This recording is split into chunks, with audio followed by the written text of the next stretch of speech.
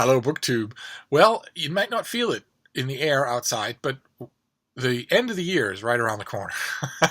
October will soon be here, and if you're anything like me, the stretch between Halloween and New Year's Eve feels shorter and steeper and faster every year.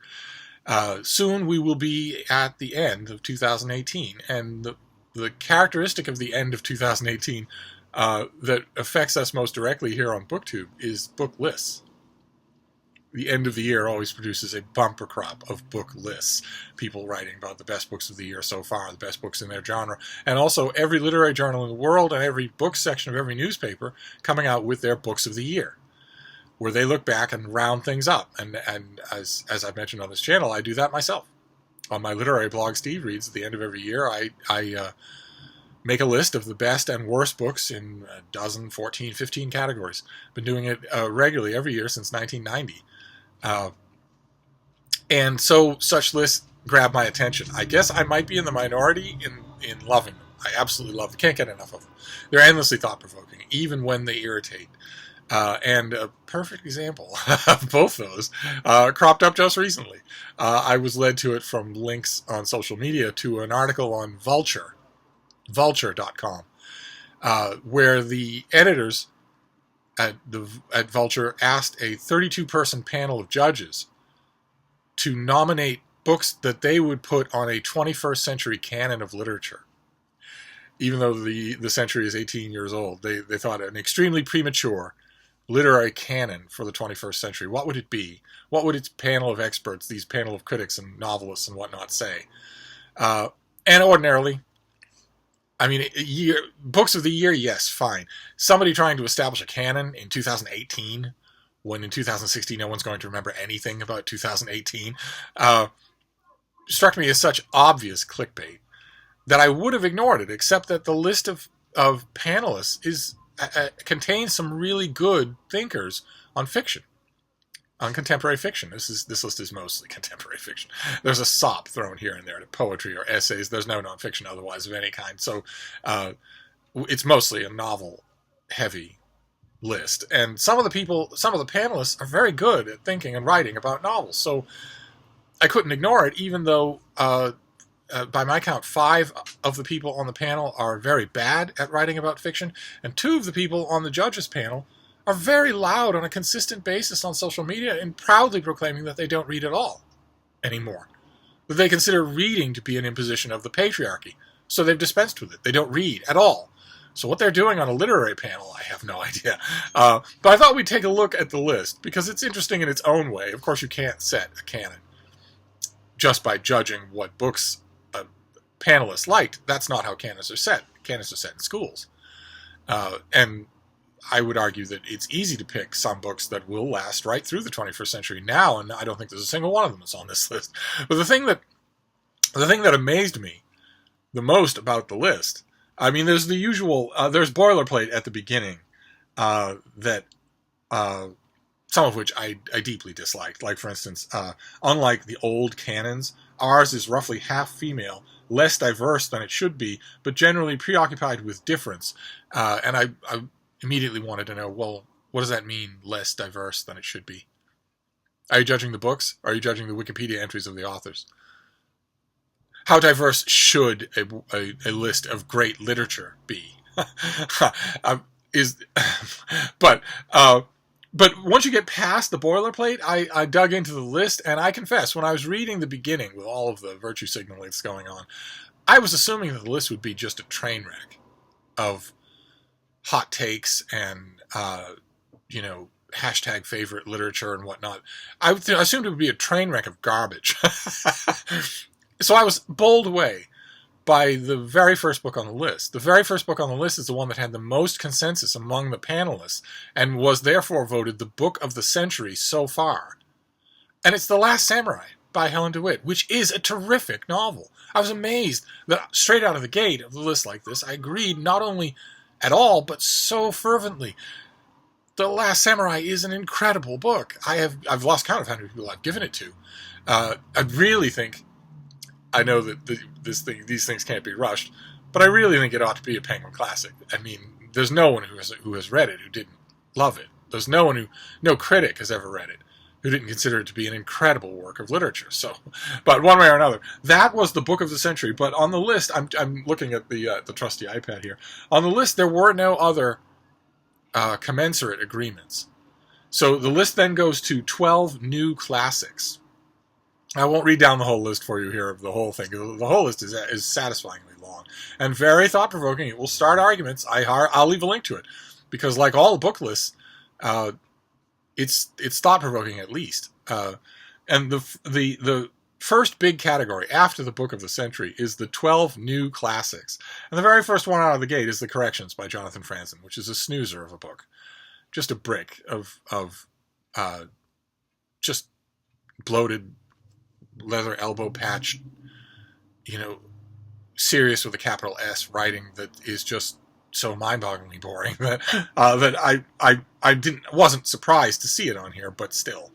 And then Never Let Me Go by Kazuo Izuguro, a book that I thought was a trifle, mainly built around a strong plot, or not even a strong plot, but a strong gimmick in the plot. But I guess Izuguro had to be on here, and some of these books some of these authors will be oddly represented on this list because some of their books do not fall in the 21st century. So there's limitation there. The next one is How Should a Person Be by Sheila Heti, utterly dismissible. My Brilliant Friend by Elena Ferrante, again, I don't understand the hosannas of praise that this author has garnered from all quarters. I just don't get it at all.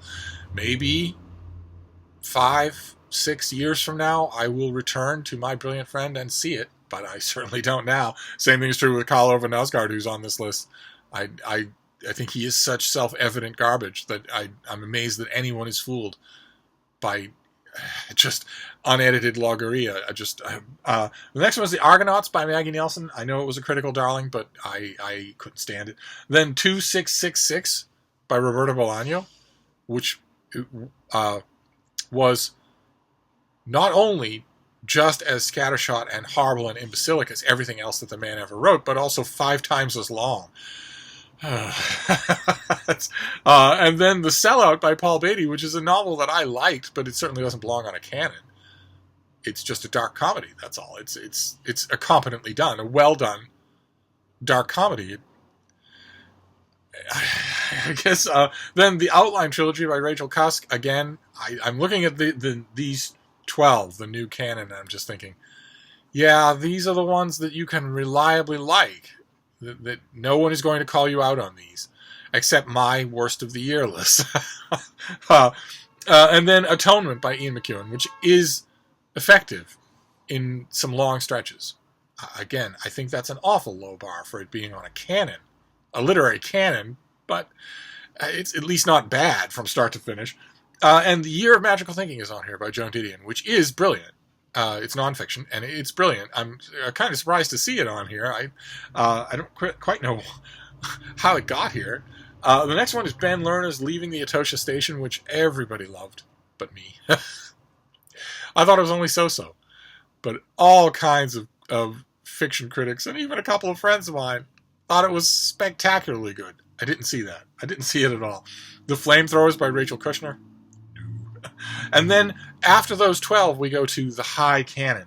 I just want to go through a couple here that these are books that won 2 endorsements out of the group.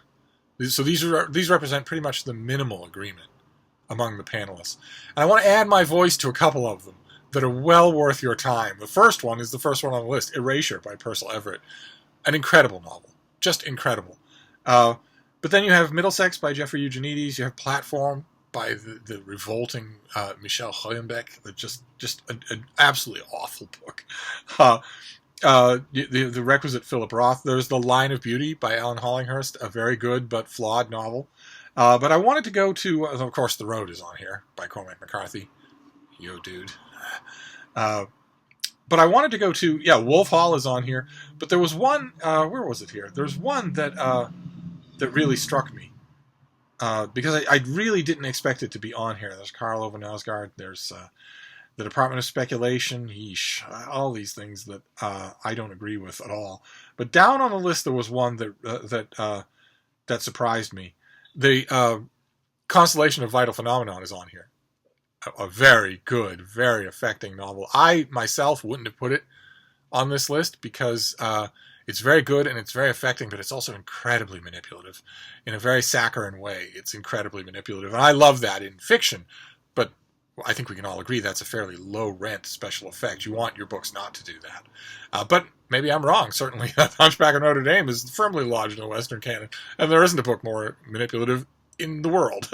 But where is it here? There's one that I want to show you if I can. I don't know if you're going to be able to make it out on the. Believe it or not, on the list is no, you're not going to be able to see it. The Sluts. The Sluts by Dennis Cooper is on here. Who's not only a horrible rent boy fiction, but scathing, scabrous. The details of drug use and raw, raunchy gay sex, and just it's in almost any other century it would be categorized as pornography. Now, I'm not saying that it's not good. I think it's really good, and has a beating, empathetic heart that's easy to miss with all the the gross, revolting stuff going on in the novel. What amazes me is that it's on this list at all. I saw that inclusion, Dennis Cooper's The Sluts, and I immediately went down to look at the list of contributors, trying to figure out. The person who nominated it is David Velasco. I don't think I know that name. I don't think I've ever read anything by David Velasco, but good on him. And then the list goes on. The other thing that struck me on it was that it has The Wizard of the Crow by Ngugi wa Thiong'o, an incredible book. A weird and hard to classify book. Big, thick thing, 5 times bigger than the next biggest thing this author wrote. But this description by Tom Lutz describes it as his masterpiece, and I agree. So I'm glad to see it on this list. But the list, I'll leave the link to it down below. Its main point, I think, was just to get you chattering about what you would put, on a 21st century canon. Harry Potter is on here, and you might think that I'll get on my high horse about Harry Potter being on a list for a literary canon, but 2 things. One, I think the Harry Potter novels are garbage, of course. I don't make any secret of that. It's obvious that the author did not plan them. It's obvious that the author did not rewrite them. They just caught a zeitgeist. But one, the zeitgeist they caught made a whole generation of serious readers who haven't stayed with Harry Potter. They love the books. They go back to them and back to them. But they've moved on to do a whole bunch of great reading and some great writing. So I can't fault the books there. And 2, of all the books on this list, Harry Potter is, I think, the most likely to enter an actual canon. Not because it's good, but because it checks all the boxes of how a book enters the canon. It has to be beloved by children, it has to be taught in schools, and it has to be readily available and constantly in print. And I think that applies to Harry Potter more than it does to virtually anything else that I saw on this list. The other strong contender was The Road by Cormac McCarthy, but I firmly believe that Cormac McCarthy will meet the same completely just literary fate that John Updike is meeting. When John Updike was alive and producing one, masturbating novel after another every year, I was telling all of his rabid fans that were saying he's the greatest practitioner of literature in centuries. I was telling them, not only is he not the greatest practitioner of literature in centuries, but he's god-awful. And the minute he dies, his works will start to go out of print. The minute that the unspoken selling correlative of his books to an audience, which is, here's a living master, the minute that's no longer true, his novels will start to go out of print, first on the peripheries and then all the way into the center. And I 100% believe that about Cormac McCarthy. As soon as he dies, I should add, for all of you dude bros out there, he will die with the book that he's been rumored on working on unfinished when he dies. But as soon as he dies, his books will start to go out of print. So that works against him being on a canon. He might get on such a canon now, but in 15 years, no one will know who he is. But Harry Potter? Oh, yes. Yeah. I don't think there's any doubt, right? If you're watching this video right now and you're in your early 20s and you plan on having kids, a family, when you're in your late 20s, early 30s, And those kids, they'll be crawling on the rug babies. They'll be little newts. They'll be the tiny little age. And then they'll get a little bigger. They'll be in that wonderful period where they're not helpless babies anymore, but they're also not going off to school. They're still all yours. But they're people. They're not just babies. They're just sacks of need. And then the babies leave that stage and they become little children. They're innocent. They haven't learned how to lie or manipulate. And they haven't had anything battered into or out of them by regular daily contact with the outside world. They're all yours still. You'll be in 31, 32 when your kids are like that, and then your kids will go to school. And I firmly believe that by that point, those of you who are in your early 20s now, I firmly believe that when your kids are at that point, Harry Potter will be on their reading list at school. I don't think there's any doubt of that. But anyway, I think this is fascinating. I wanted to. I'll leave a link to the article down below. I wanted to stress, since we're talking about book lists, since I'm talking about book lists, that if part of this list, obviously a big part of this list for its panelists was to pick the best novels that have appeared since the year 2000. And if that was their job, I think they failed spectacularly. But I wanted to point out that no matter what you think about this list, there is an alternative on Steve Reads, which you can look, you can Google it, and you will find it. I have done a best fiction list since 1990. That's a long time. And every year. It started off with small numbers, but after that it was 10 books every year, 10 of the best novels of that year. I stand by all of those lists. And I don't think bestness is at all necessarily a step towards a canon. Like I mentioned, canons are built on other grounds. But still, if you're taking this list as partly a way of what critics think are the best books that have appeared in the 20th century or 21st century, I got a list for you.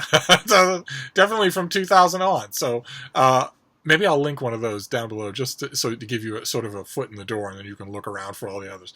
But one way or another, I just thought this Vulture list was interesting, and it's bookish, so I thought I'd bring it up. But I'll wrap this up for now, and we'll reconvene soon.